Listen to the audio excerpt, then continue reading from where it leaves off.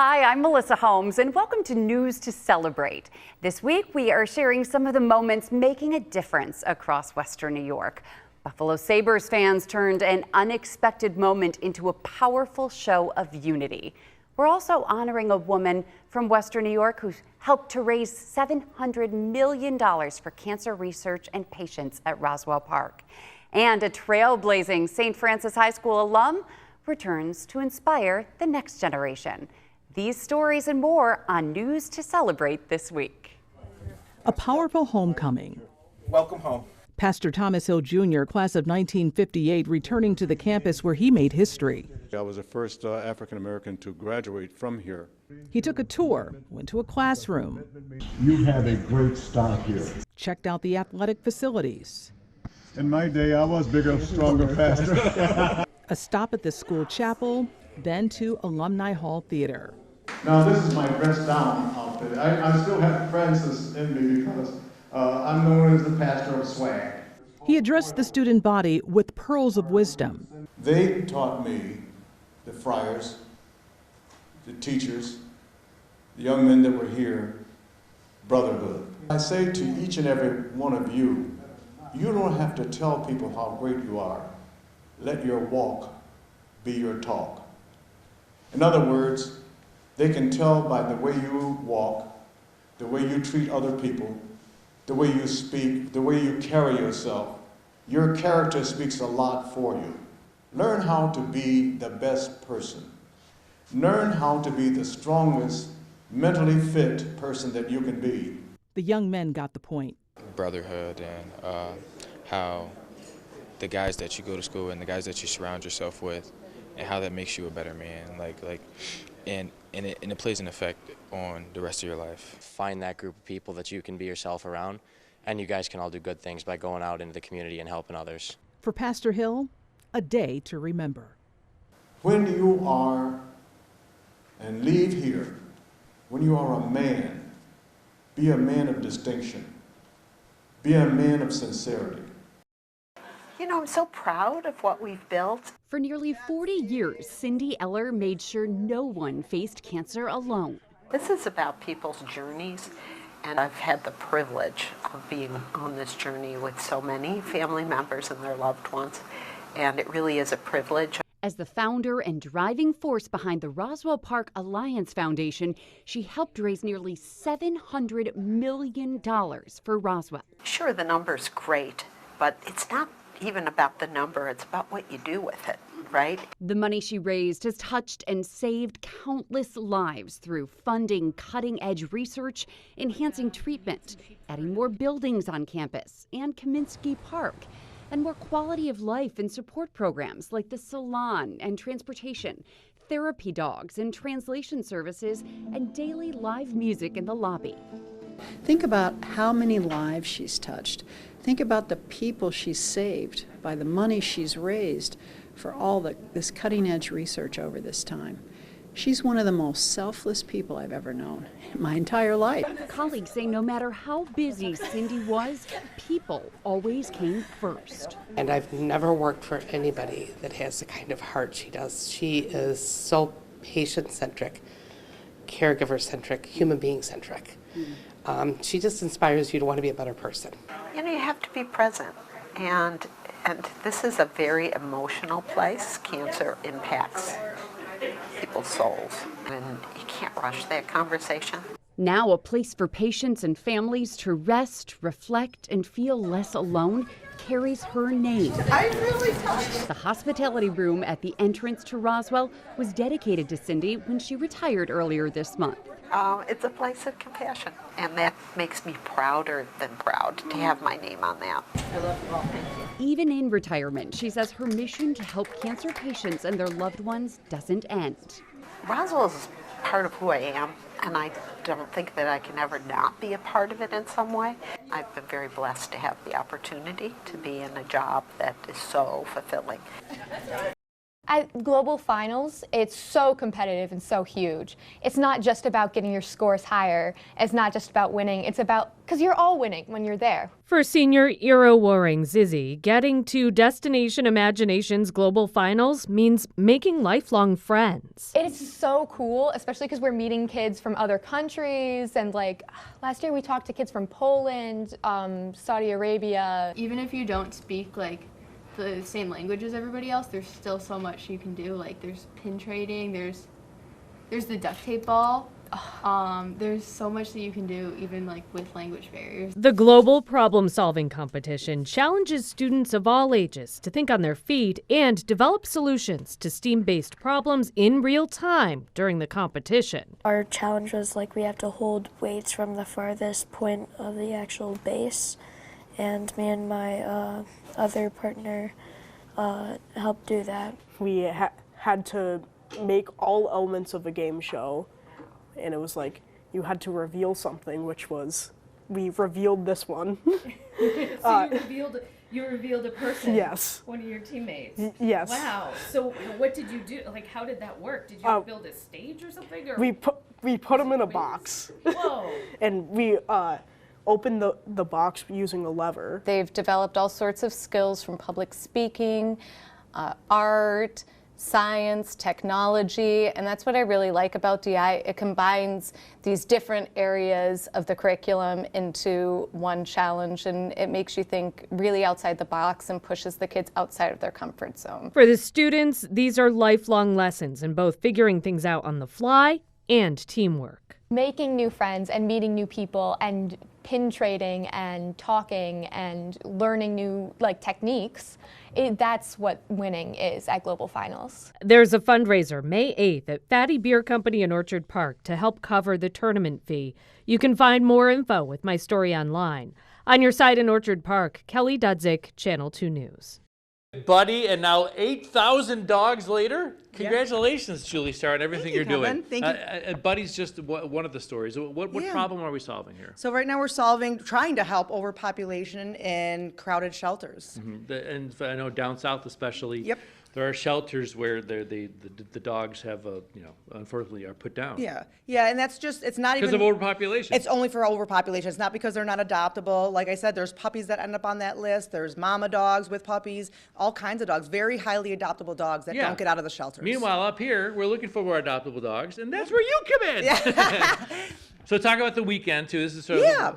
So Saturday, we actually teamed up with a couple other local rescues and some rescues from Canada. Mm-hmm. And like we had said before, it was sponsored by Tito's Handmade Vodka, and it came in on Dog as our co-pilot. And we brought in 37 dogs from Laredo, Texas, which is a very, very overcrowded shelter. It's one of the top in the country. So we're just trying to make a difference, and we save dogs from all over. We save dogs from Puerto Rico. We've taken dogs from Costa Rica, from Aruba, Bahamas, and we help dogs right here locally also. We'll put a plug in for the website, but you need fosters. What is the role of a foster? What does that mean? Yeah, so the foster family basically is a go-between from when we take the dog from the shelter and it gets adopted. Okay. So every family who fosters for us gets to pick their own dog that fits their lifestyle. Oh, that's good. Yeah, so we don't just place you with a dog. You decide what dog is best for your home, and then we will provide you with everything. You are not required to pay for a thing. We supply everything from the crate to treats to food to toys. We have everything. Just assimilate it, give it TLC, and love the dog, and before it finds its forever home. Absolutely. Okay, there's an event coming up over the summer. People should pay attention to your website for that. And we got some puppies here that need homes as well. Absolutely. And those pictures will be on the website. So. You got it. Absolutely. These dogs will start going up for adoption this week because they're just finishing out their 5-day medical hold to make sure they're healthy. Take the mic. Okay. I got the mic. What's the website?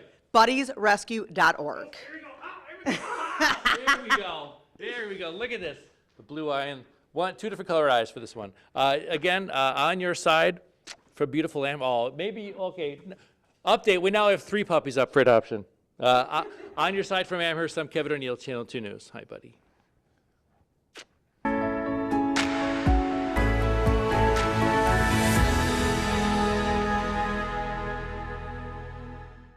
Oh, Canada.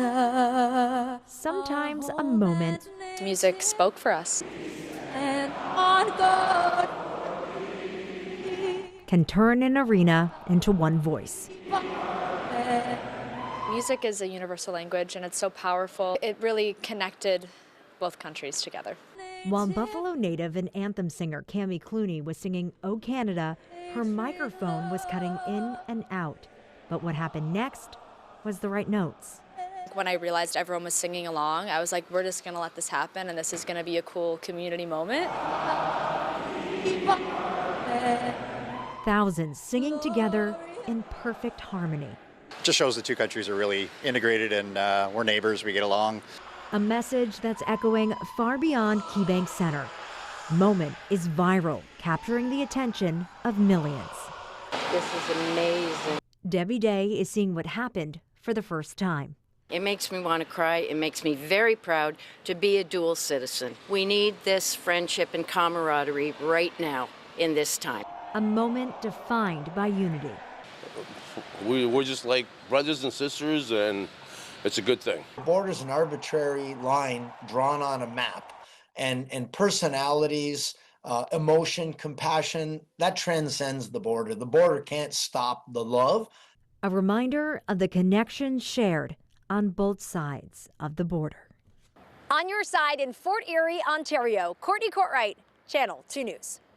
This is Dad's jacket. It was designed by Tom Barnett, and we had a saber tie. Seymour Knox IV is no stranger to the history and traditions of the Buffalo Sabres. This jersey is Pat LaFontaine. He was our Sabres captain. We had Dominic Hasek here.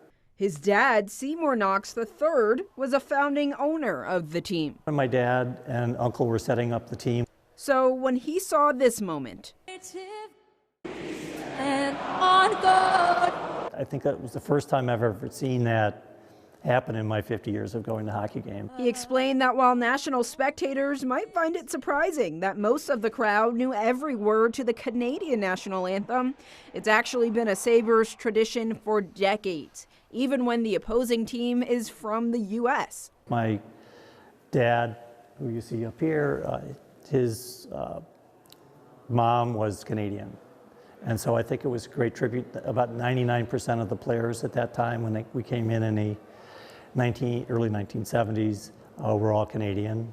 Europeans and college players came in. So let's catch new fans up to speed. The signature blue and gold colors, well, they came from the family's sporting traditions. My dad and uncle played world-class polo as well. And then when we got the Sabres, it was a natural fit for them to carry the Aurora colors. And the team's logo. It had the little flashes, so the buffalo was moving. The red eye meant that the buffalo was mad. And the saber was the tool of officers. It had the cuff so that if you were in a battle. Over 50 years of history and tradition leads the Sabres back on the road to the Stanley Cup. My fingers are crossed. You know, I think we've got a great team.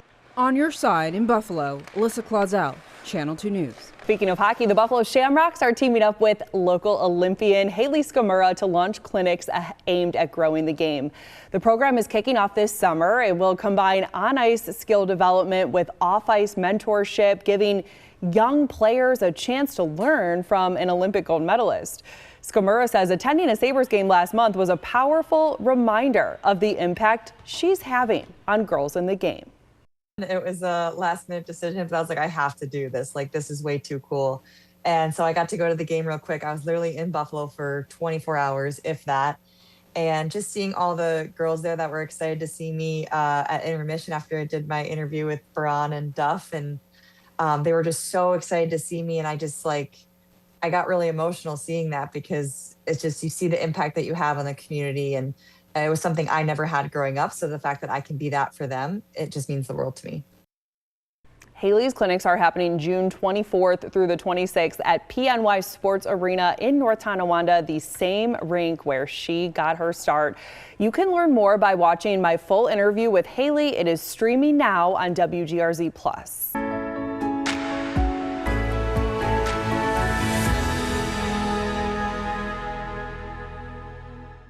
This stretch of water hardly has the significance of the Straits of Hormuz or even the Welland Canal.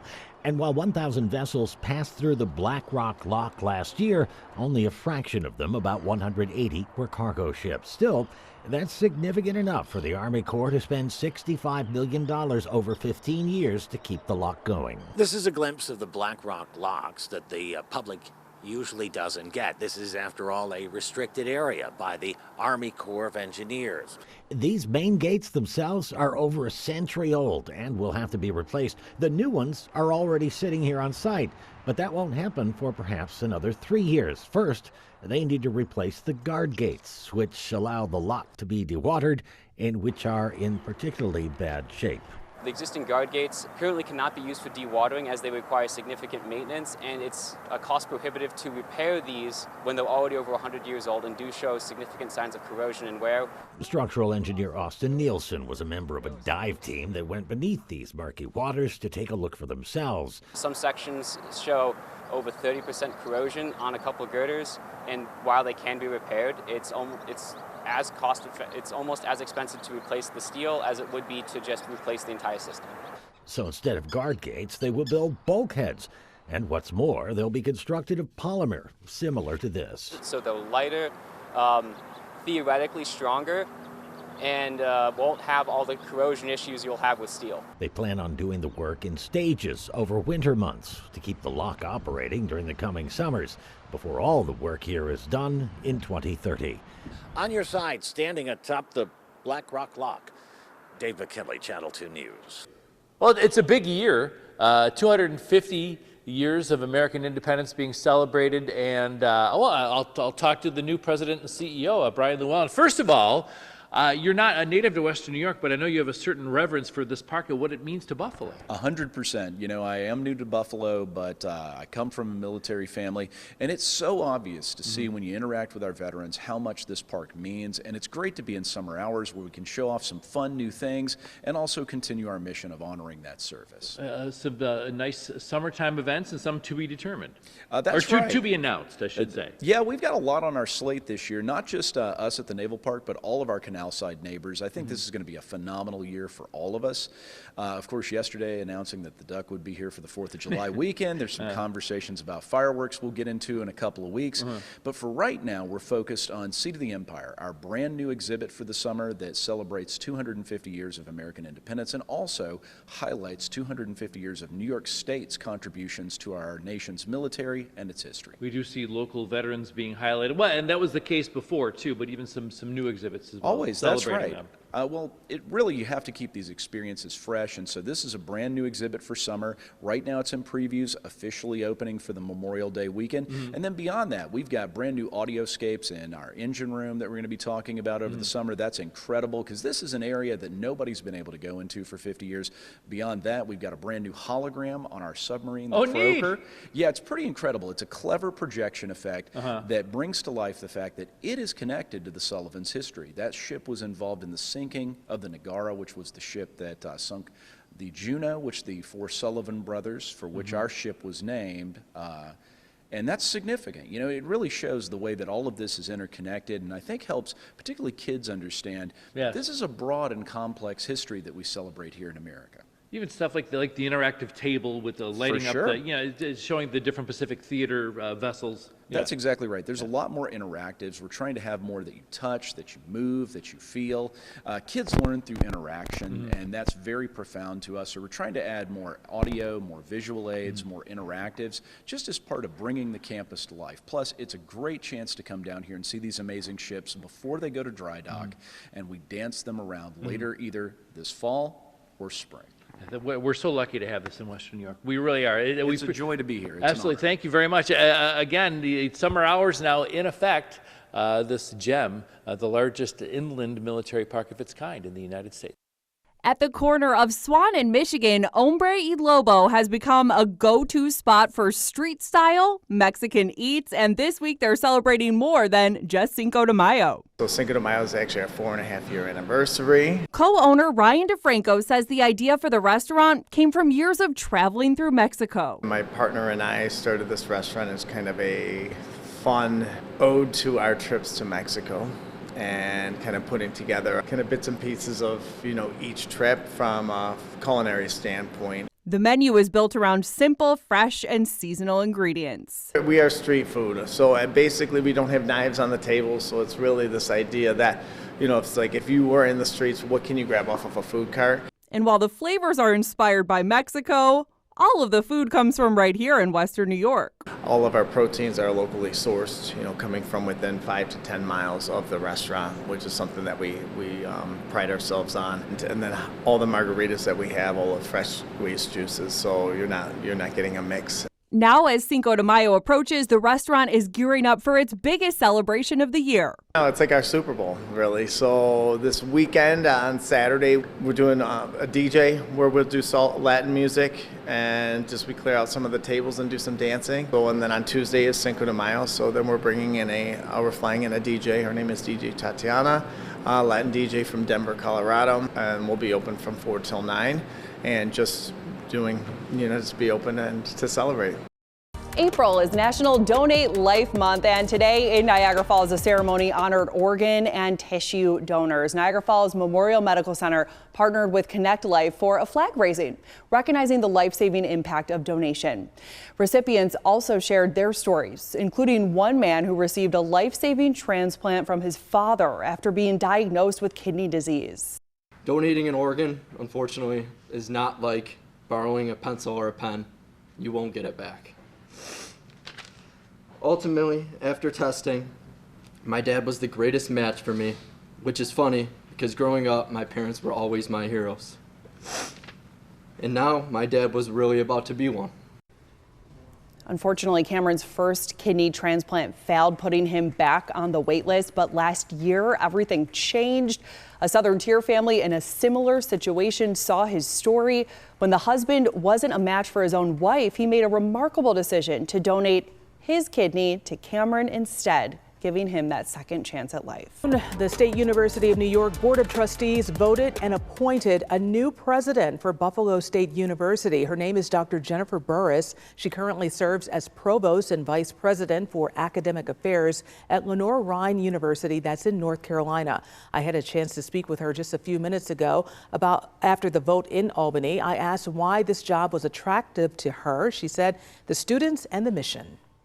Buffalo State is so committed to student success and to creating lifelong learners is something that is personally incredibly important to me and what I have spent my career dedicated to as well. So that combination of mission and my personal career is something that is just a perfect fit for me. I'm a very firm believer that if we're going to enroll students in an institution, that it is incredibly important that we give them all the support that they need to graduate. After all, that's what we're in the business for, is getting students a diploma and a job afterwards.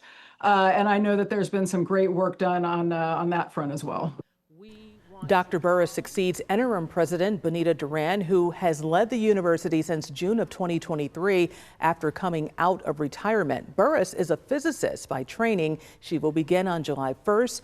By the way, she said her partner has family roots in Buffalo, so this is a homecoming. Buffalo's run on the big screen isn't slowing down. Another Christmas movie is set to film in Western New York this summer. Christmas at the Starlight will feature Mario Lopez again and Tony Danza. Remember Tony Danza from Taxi and Who's the Boss? Well, the video you're seeing now is from Lopez's last Western New York film shoot. John Scott's wife is also in that film. The new movie will follow a family fighting to save a longtime local restaurant during the holidays. Buffalo Niagara Film Commissioner Tim Clark says filming is expected to begin in Buffalo in mid-June. We're told producers are currently scouting locations with local casting expected in the coming weeks. Those are just a few of the stories reminding us why Western New York always finds a way to come together and lift each other up. Thanks for joining us. We'll see you next time.